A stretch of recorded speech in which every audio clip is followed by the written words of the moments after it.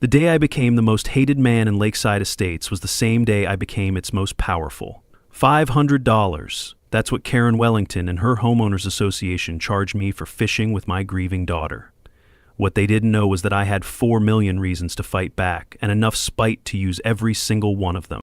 If you're watching this video from your phone, in the bathroom, to escape those mind-numbing HOA meetings, drop a comment right now telling me where you're hiding. I guarantee this story will keep you glued to your screen. My name is Remiel Thornycroft, and until 2 months ago, I was living what most would consider the American dream. I'd spent 15 years building a career in venture capital and financial investment, eventually selling my stakes in several tech startups for enough money to retire at 42. But life has a way of reminding you that money isn't everything. My wife Rachel lost her battle with cancer last year, leaving me to raise our 14-year-old daughter Solène. The grief nearly destroyed us both. The only thing that seemed to help was fishing, the last activity the three of us had enjoyed together before Rachel's health took its final turn. So, when I decided we needed a fresh start, I specifically looked for a home near water, somewhere peaceful, somewhere we could heal. The Lakeside Estates community seemed perfect on paper. Upscale homes, good schools, and a beautiful 6-acre lake nestled in the center of the development. The realtor mentioned there was a homeowners association, but assured me it was just the standard stuff. Lawn maintenance, exterior paint colors, the usual. I should have read between the lines when she hesitated before adding, "The HOA president, Karen Wellington, is dedicated to maintaining property value." I didn't think much of it at the time. I'd dealt with difficult personalities throughout my career. How bad could one neighborhood bureaucrat be? I found out exactly how bad on a quiet Saturday morning in April. Solène and I had been at the community lake for about an hour, fishing off the small wooden dock. It was the first time I'd seen my daughter genuinely smile in weeks. She'd just caught her second bluegill and was carefully unhooking it when a sharp voice cut through the peaceful morning. "Excuse me, but what exactly do you think you're doing?" The woman approaching us was around late 50s, impeccably dressed in what looked like expensive athleisure wear. Her highlighted blonde hair, styled in what I can only describe as the universal "I want to speak to the manager" haircut. She carried a tablet and wore an expression that suggested she'd just caught us vandalizing public property. "Good morning," I replied, trying to keep my tone friendly. "Just enjoying some fishing with my daughter." I extended my hand. "I'm Remiel Thornycroft. We moved into the Sycamore Drive house about 2 months ago." She ignored my outstretched hand completely, instead tapping aggressively on her tablet. "Mr. Thornycroft, fishing is explicitly prohibited in our community lake. This is a direct violation of HOA regulations. I'm Karen Wellington, HOA president." She said this last part as though announcing herself as royalty. "I'll have to issue you a violation notice. The fine is $500. I felt Solène freeze beside me. "There must be some mistake," I said calmly. "The realtor specifically mentioned fishing as one of the community amenities. It was a selling point for us." Karen's thin smile didn't reach her eyes. "The regulation was amended last month. All residents were notified via email. Ignorance of the rules doesn't exempt you from following them." She turned her tablet toward me, showing a document with the heading "Amendment to Recreational Use of Community Lake." The date showed it had been approved just 4 weeks earlier. "We never received any notification about this," I protested. "I personally oversee all communications. The email was sent to every household," Karen replied with absolute certainty. "Perhaps you should check your spam folder? Though I can't be responsible for residents who don't bother to read official communications." I felt my jaw tighten but kept my voice level. "May I ask why fishing was suddenly banned? This lake is clearly stocked with fish. I could see several bass swimming near the shallow edges of the water." Karen glanced dismissively at our fishing equipment. "Environmental and safety concerns. The hooks can injure wildlife, and we've had complaints about the smell of fish and bait disturbing residents who are trying to enjoy the lake views from their homes." She looked pointedly at our small tackle box. "Not everyone wants to see this sort of activity while they're having their morning coffee on their patios." Something in her tone made me take a closer look at Karen Wellington, the way she surveyed our modest fishing gear, the slight curl of her lip. This wasn't just about rules. "We're being very careful," I said. "Solène and I always practice catch and release, and we clean up completely when we're done." Karen's expression hardened. "Mr. Thornycroft, perhaps you don't understand how things work here at Lakeside Estates. We maintain certain standards in this community. This isn't a public fishing hole. The residents who've lived here for years expect a particular atmosphere. She glanced at Solène, then back to me. New residents sometimes struggle to adapt to our community culture. People who are more accustomed to, shall we say, different types of neighborhood? The implication was crystal clear, and I felt a surge of anger rise in my chest. I was about to respond when I heard a small sniffle beside me. Solène had tears welling in her eyes. This was supposed to be our healing place, a spot where, for just a little while, she could forget that her mother was gone, and now this woman was ruining it with her thinly veiled condescension. "We'll pack up," I said quietly, placing my arm around Simone's shoulders. "Please email me the details of the fine and the full updated regulations." Karen's smile returned, victorious. "Excellent. I'm glad we understand each other, and do check your email more carefully in the future, Mr. Thorncroft. We wouldn't want any further misunderstandings." She turned and walked away, her designer sneakers hardly making a sound on the manicured grass. As we gathered our equipment, Solène wiped her eyes. "Dad, why was that lady so mean? We weren't hurting anything." I didn't have a good answer for her, at least not one that was appropriate to share with a 14-year-old. "Some people just like rules more than they like people, sweetheart," I said finally. "Let's go home and have some lunch." Later that day, after checking my email, including spam folders, and finding no notification about the fishing ban, I started researching our HOA more thoroughly.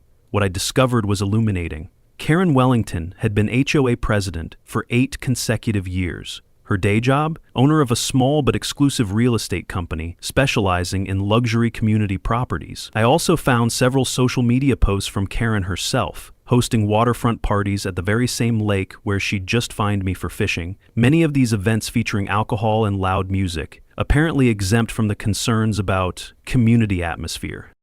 Most revealing was a clause buried deep in the HOA documentation. The lake was actually listed as a common property amenity belonging to all residents.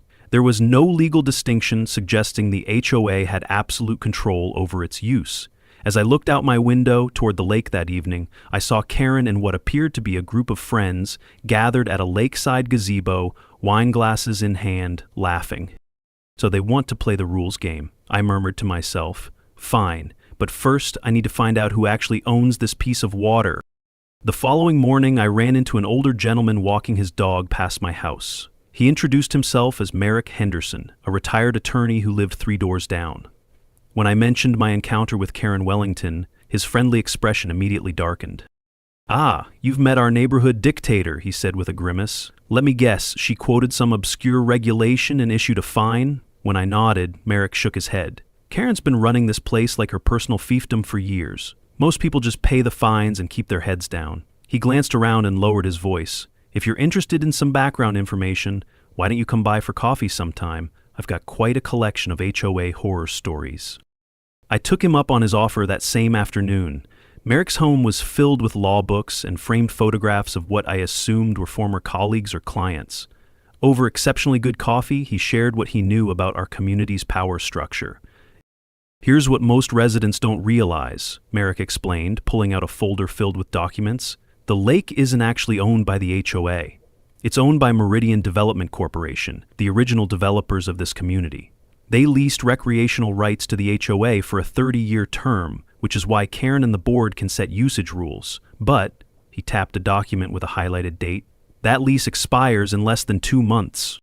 This caught my attention immediately. What happens then? Technically, Meridian could renew the lease, sell the lake outright to the HOA, or find another buyer entirely. Most residents have no idea. They think the HOA owns everything in the community." Merrick leaned forward. "But here's where it gets interesting. I've heard through some contacts that Meridian is facing financial difficulties and might be looking to liquidate assets quickly, and our friend Karen knows this."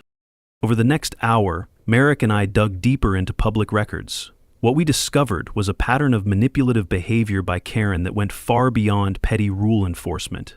Through various shell companies connected to her real estate business, she had been quietly acquiring properties throughout the neighborhood whenever residents were forced to sell, often after being hounded out by excessive HOA fines and violations. "And now she's after a bigger game," Merrick concluded.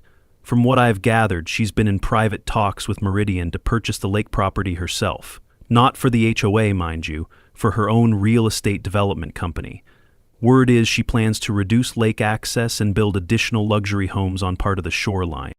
This explained the sudden fishing ban. It wasn't about environmental concerns at all. It was about gradually restricting lake usage to prepare for a complete change in ownership. Merrick introduced me to another ally, Samuel Washington, a retired local bank owner and one of the few residents who openly opposed Karen's leadership. Samuel, an elegant African-American man in his 60s, had experienced Karen's subtle discrimination firsthand.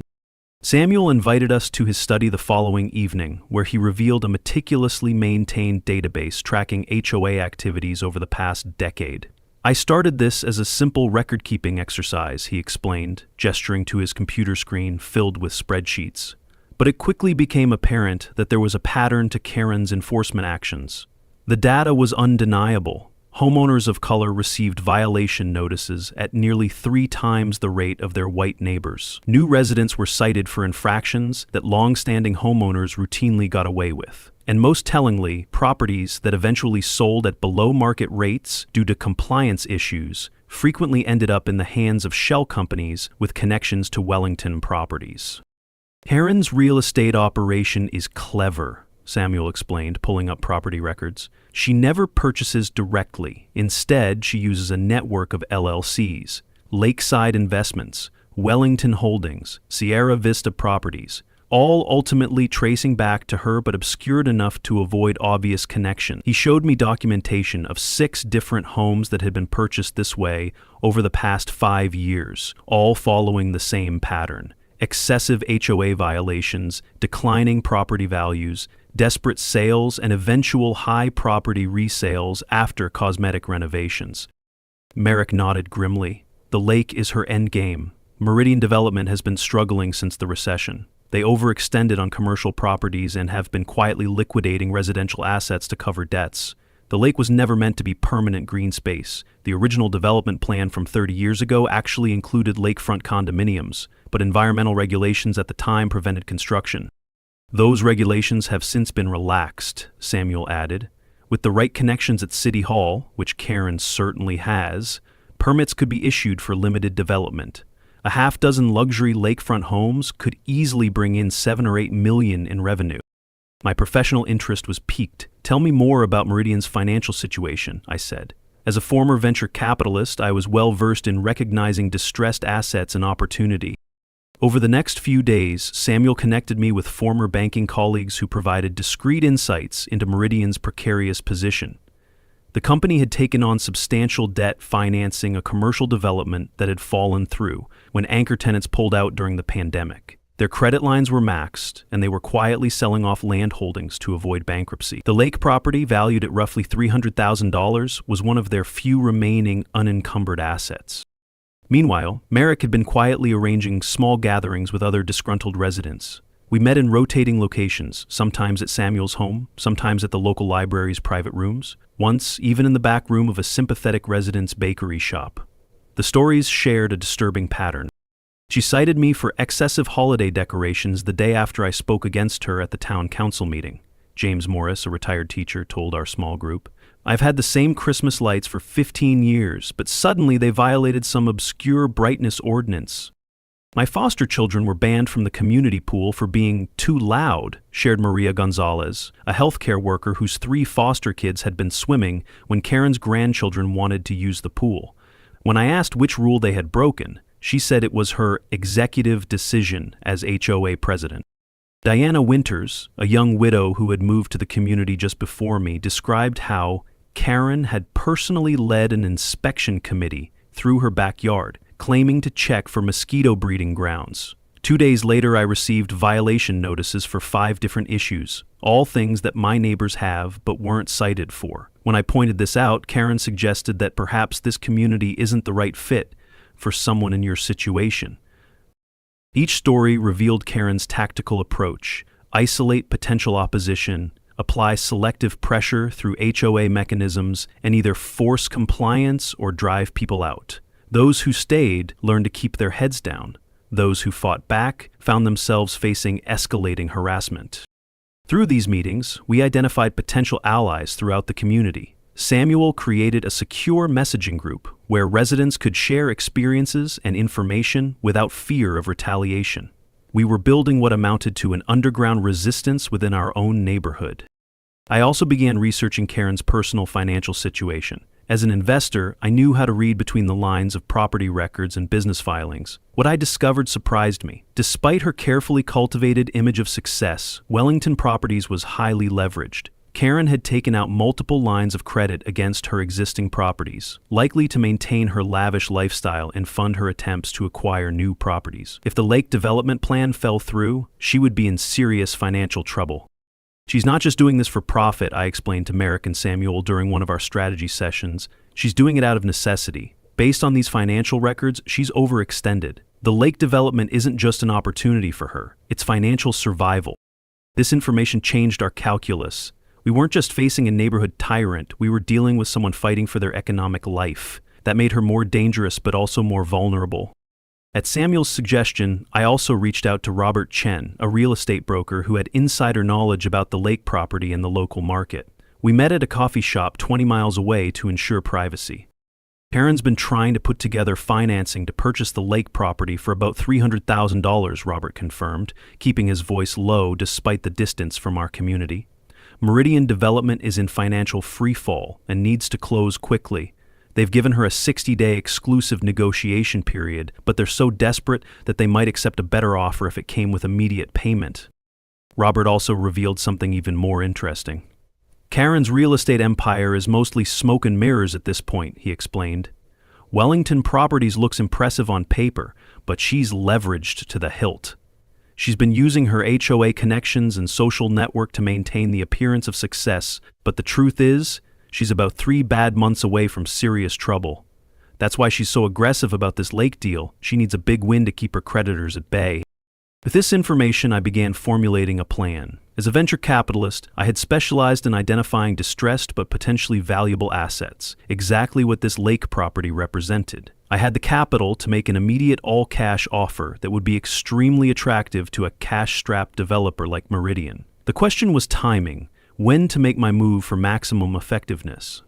We need to wait until Karen has fully committed herself publicly to this project, Samuel advised. Let her announce the special assessment for lake improvements. Let her put her reputation on the line with the community and with her creditors. Then we pull the rug out from under her. Merrick agreed. The more resources and political capital she expends before we make our move, the more devastating the impact will be when we succeed, and the more likely the community will turn against her when they realize they've been manipulated. As our coalition grew and our plans developed, we maintained absolute secrecy about our ultimate strategy. To the outside world, and especially to Karen's network of informants within the community, we appeared to be simply a group of disgruntled residents documenting HOA overreach. Karen clearly knew we were meeting, as evidenced by the sudden increase in random rule enforcement against those associated with our group, but she couldn't know our true objective. With the information gathered from our various sources, we were ready to move to the next phase of our plan. Robert arranged a discreet meeting with Tom Branson, the Meridian executive handling the lake property sale. As I prepared for this crucial conversation, I knew we were approaching the point of no return in our battle against Karen Wellington. The stakes were high, not just for me and Selene, but for the entire community. It was time to see if our careful preparation would pay off. The meeting with Tom Branson took place at a private room in a downtown law office, far from curious eyes in our community. As Robert had mentioned, Meridian was indeed desperate to offload assets quickly. "Look, I'll be straight with you," Tom said after we'd covered the preliminaries. "We've given Wellington Properties a 60-day exclusive negotiation window, but there's a clause that allows us to entertain other offers if they come with guaranteed rapid closing. Karen's still trying to pull together investors and financing, but frankly, we needed the cash yesterday." "What's her offer?" I asked. $300,000, paid over an 18-month period with a complicated financing structure, Tom replied, his frustration evident. "Our CFO is pushing us to liquidate non-core assets immediately to shore up our commercial development downtown." I nodded thoughtfully, then made my move. "I can offer $350,000, all cash with closing in 7 days. Tom's eyebrows shot up. "That would certainly get my board's attention," he said, clearly surprised by the directness of my offer. "But I should warn you, Karen Wellington has friends in the local government. She won't take this lying down." "I'm counting on it," I replied with a smile. 2 days later, I had a preliminary agreement in hand, contingent only on a standard environmental assessment that could be completed within the week. To maintain secrecy, the purchasing entity was listed as Thornycroft Holdings, LLC, a company I created specifically for this transaction. Unless Karen personally investigated the corporate registration, she wouldn't immediately connect it to me.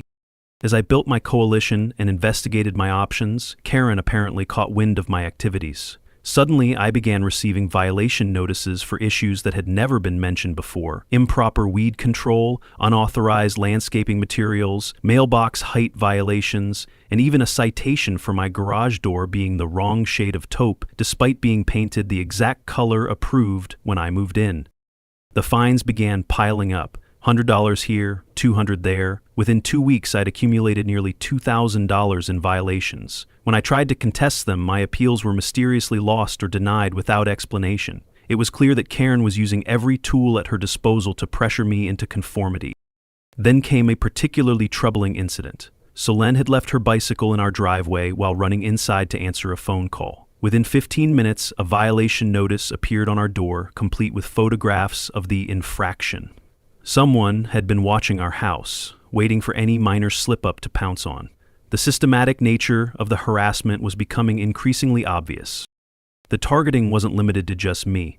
Anyone seen associating with our group soon found themselves subject to similar treatment. Maria Gonzalez received a citation for her lawn being a quarter-inch too high, measured precisely by Karen herself.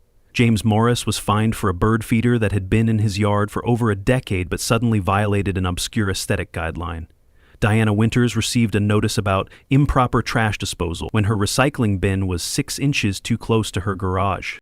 It was a clear campaign of intimidation, but it was having the opposite effect than Karen intended. Instead of scaring people away from our coalition, her heavy-handed tactics were driving more residents to our secret meetings.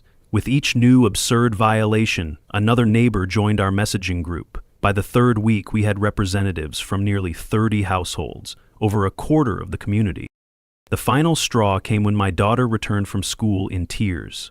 "The kids at school are saying we're troublemakers," she sobbed. "Brianna said her mom told her we're trying to bring down property values and that we don't belong here." Brianna's mother, I discovered, was one of Karen's closest allies on the HOA board.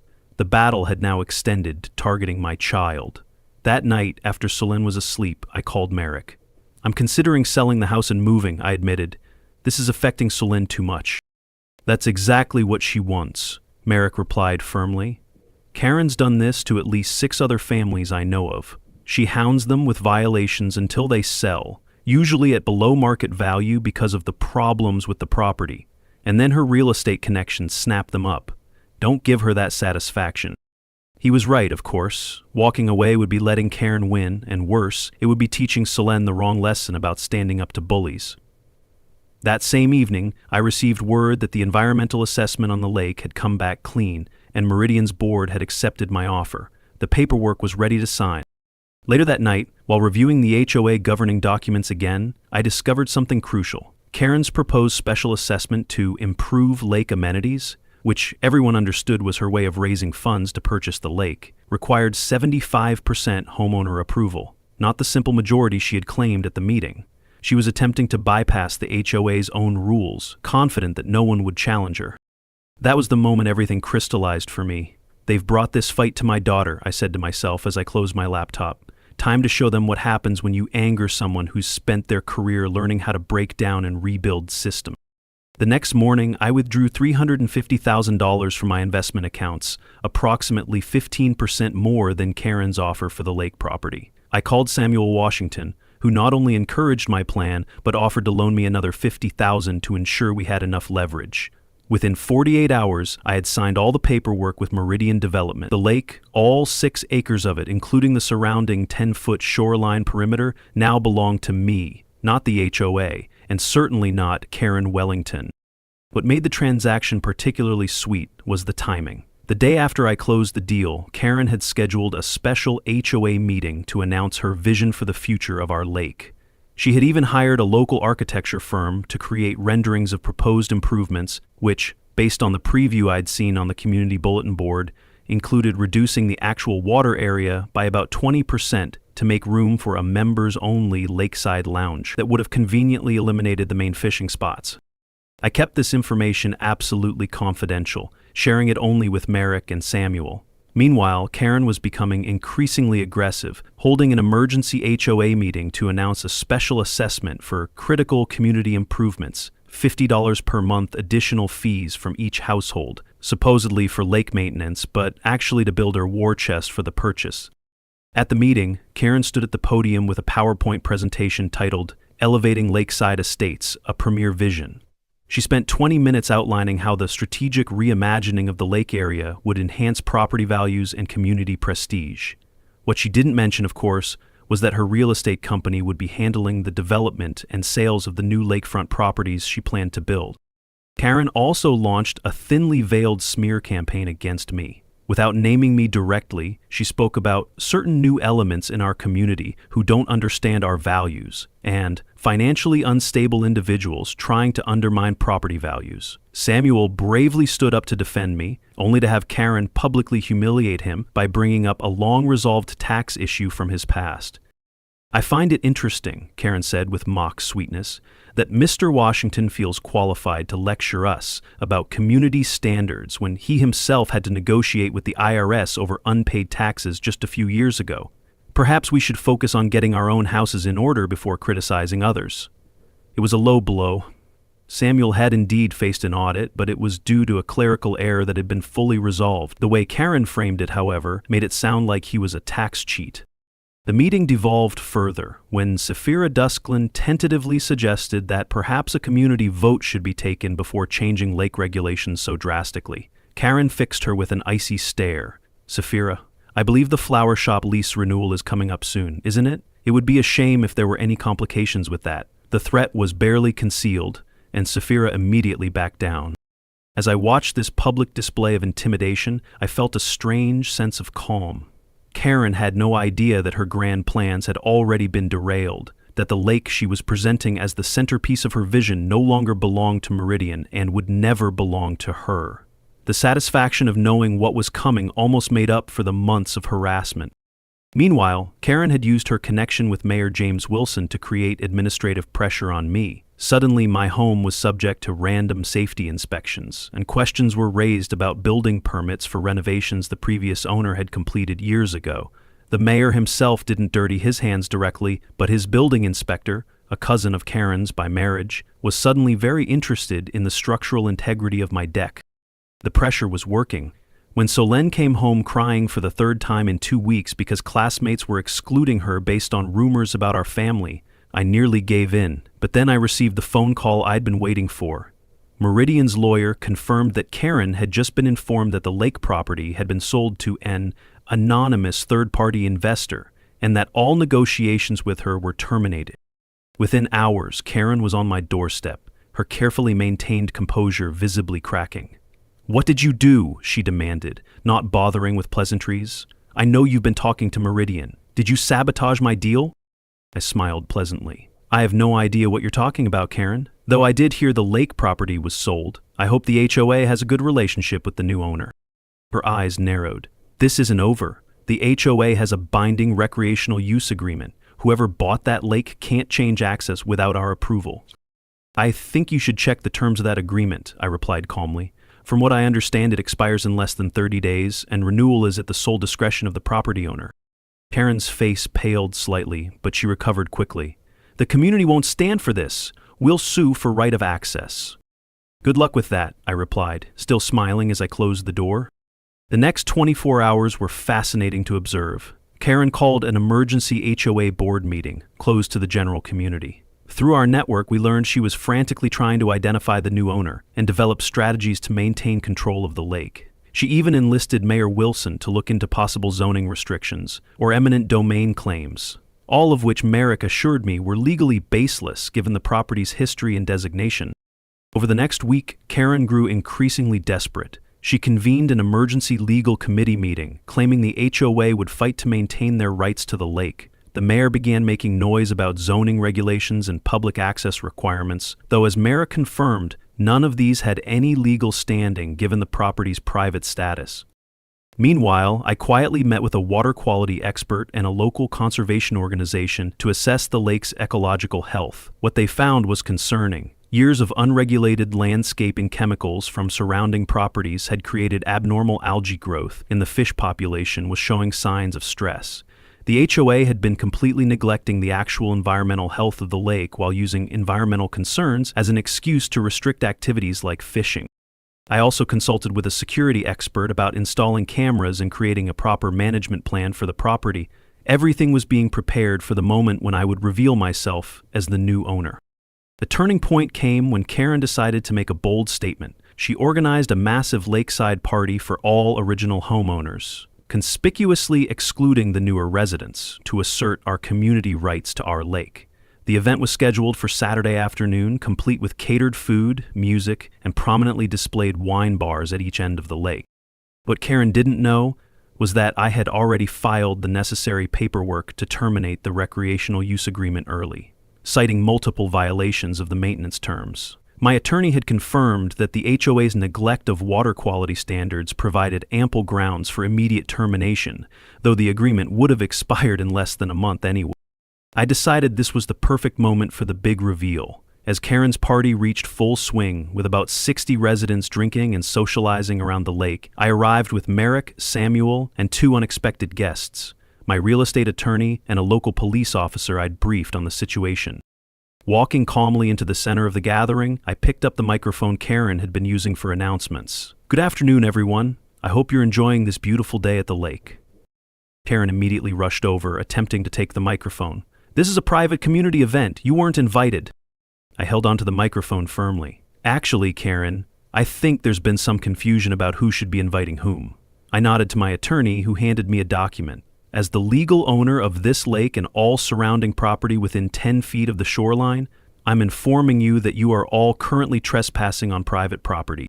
The crowd fell silent. Karen's face flushed deep red. "What are you talking about? This is HOA property." "No, Karen, it never was. It belonged to Meridian Development until 3 days ago, when I purchased it outright." I held up the deed for everyone to see.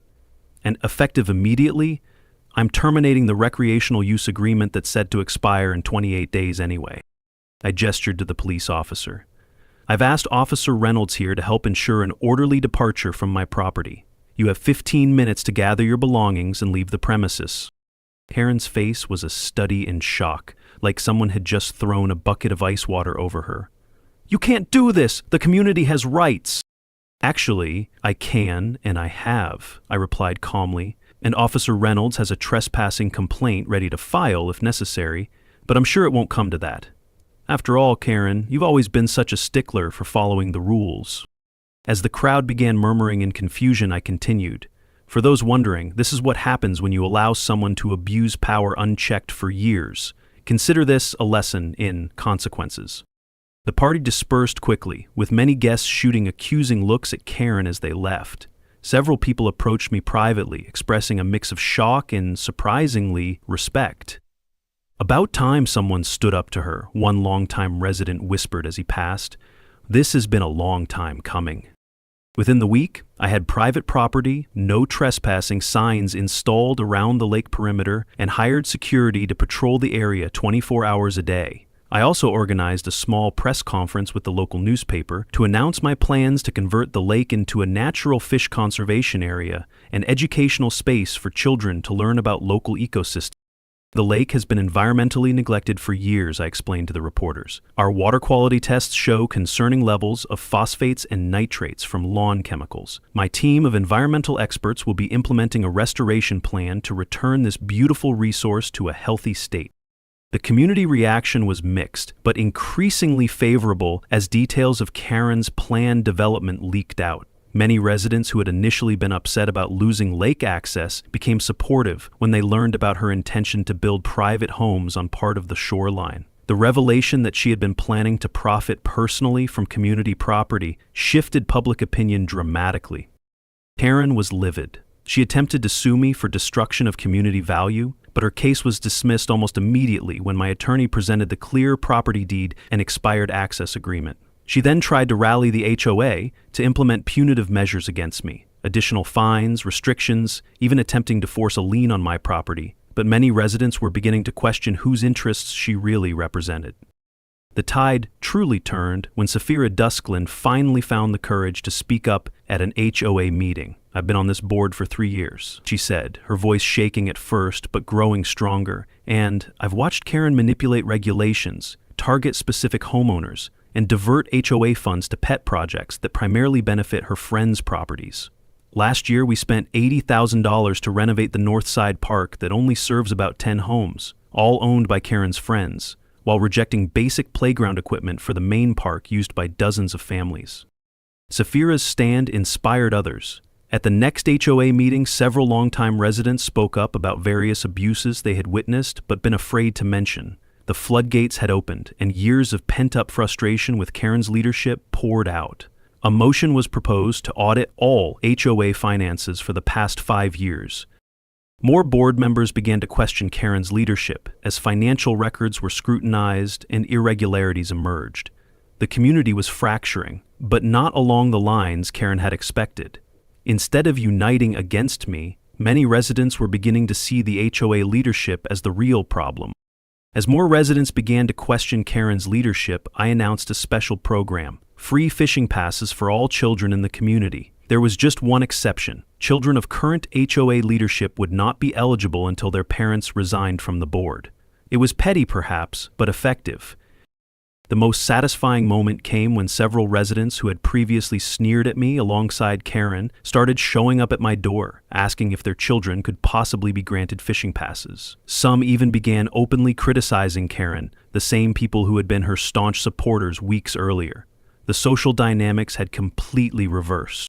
"My son really wants to learn to fish," admitted Veronica Palmer, who had vocally supported Karen at HOA meetings. "He says your daughter mentioned a junior conservation program?" Her discomfort was palpable as she stood on my doorstep, the same woman who had deliberately turned away when I greeted her at the community pool just weeks earlier. "Yes, we're starting an educational program for kids," I confirmed. "It focuses on ecology, conservation, and sustainable fishing practices. Solen is helping to organize it." I paused deliberately. "Of course, it's only open to families who aren't currently represented on the HOA board." Veronica's expression was a fascinating mixture of frustration and calculation. "I've been reconsidering my position on the board lately. The recent decisions seem quite concerning." "How interesting," I replied neutrally. "Well, if your situation changes, please let me know. The program starts next Saturday." Within 3 days, Veronica had publicly resigned from the HOA board, citing personal reasons. 2 other board members followed suit within the week. Karen grew desperate. She spread rumors that the lake was polluted and dangerous, claims I quickly debunked by publishing professional water quality test results showing it was actually cleaner than when under HOA management. Then she made her most desperate move yet, attempting to bribe Merrick Henderson with promises to clear all his past HOA violations and offering him a position on a new board once she resolved the lake situation. What she didn't know was that Merrick recorded the entire conversation. "I can make all those violation notices disappear, Merrick," Karen's voice said clearly on the recording. "And there would be a place for you on the restructured board, with a stipend, of course. All you need to do is help convince Thorncroft to sell the lake to the HOA. Tell him about the environmental liabilities, the insurance costs. Scare him a little." Merrick played the recording for me with a satisfied smile. "I think our friend Karen has forgotten the first rule of being a villain. Never try to corrupt a retired ethics attorney." The final act of Karen's reign came late one night when my security cameras captured her and 2 other HOA board members trespassing on my property, apparently attempting to collect water samples, or more likely, contaminated the water to support her pollution claims. The footage clearly showed Karen pouring something from a small bottle into the lake near where children often fished. I immediately sent the video to the police. Karen was charged with criminal trespassing and attempted environmental contamination. As she was being processed at the local police station, investigators began looking more closely at HOA finances during her tenure. What they found led to additional investigations into misappropriation of funds, selective enforcement of regulations based on personal relationships, and evidence that she had been using her position to drive down certain property values before her real estate connections purchased them. 2 weeks later, I invited all community residents, except the current HOA leadership, to a meeting at my home to discuss the future of the lake. The turnout was extraordinary, with nearly every household represented. I laid out my proposal. I would transfer ownership of the lake to a newly established community trust with 3 conditions. First, the HOA leadership would need to be completely restructured, with term limits and transparent voting procedures. Second, all HOA regulations would be reviewed and amended to ensure fair and equal application. Third, an independent ethics committee with rotating community membership would be established to oversee HOA decisions. Then I revealed my final move, one that even Merrick and Samuel hadn't known about. Many of you may not be aware, I explained to the stunned gathering, but during the past month, I've also been quietly purchasing the mortgage notes on several properties in this community from Lakeside National Bank. I paused to let this sink in, including Karen Wellington's home. The room erupted in shocked murmurs. Using my financial connections and Samuel's banking relationships, I had indeed purchased the debt obligations on nearly 20% of the community's homes, focusing particularly on properties owned by Karen and her closest allies. It was perfectly legal, if unconventional, and gave me significant leverage. I have no intention of foreclosing on anyone or calling in these debts, I assured the concerned faces before me. In fact, I'm prepared to offer refinancing at below-market rates to every homeowner. But first, we need to fix the broken system that's been dividing this community for years.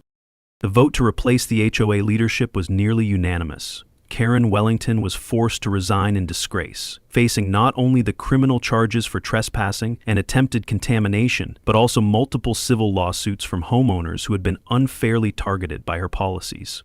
Her real estate company came under investigation for unethical practices, and within months, she had put her house on the market, finding no takers due to her now toxic reputation. Safira Dusklin was elected as the new HOA president, promising comprehensive reforms and transparency. The lake was officially renamed Rachel's Lake in honor of my late wife, and I transferred ownership to the newly established community trust with legally binding conditions, ensuring it would remain accessible to all residents in perpetuity. 3 months after the whole ordeal began, Selene and I hosted a community fishing day at Rachel's Lake. Nearly every family in the neighborhood attended, children laughing and learning to fish together, parents chatting amicably across social circles that had previously been rigidly separated by Karen's influence. Solane and I sat on the dock that evening. After everyone had gone home, watching the sunset reflect on the water, she smiled, a real, full smile that reached her eyes. "Mom would be really proud of you, Dad," she said softly, leaning against my shoulder. Looking out over the peaceful lake, where families had gathered in harmony for the first time in years, I thought about how justice sometimes comes not from winning, but from rebuilding what was broken. "I think she'd be proud of both of us, kiddo," I replied. 1 year later, our community had become a model for HOA reform, with several neighboring developments adopting our governance structure and ethics guidelines. Karen Wellington had moved away after losing most of her assets in the lawsuits. I was approached about running for mayor after James Wilson decided not to seek re-election following revelations about his relationship with Karen, but I declined. Instead, I established a scholarship fund in Rachel's name for children who had lost a parent to cancer. Sometimes, the best way to defeat a bully isn't to become a bigger bully, it's to change the rules of the game entirely. And if you're watching this video while dealing with your own HOA nightmare, remember, never underestimate the power of someone who understands the rules and has the patience to wait for the perfect moment to use them.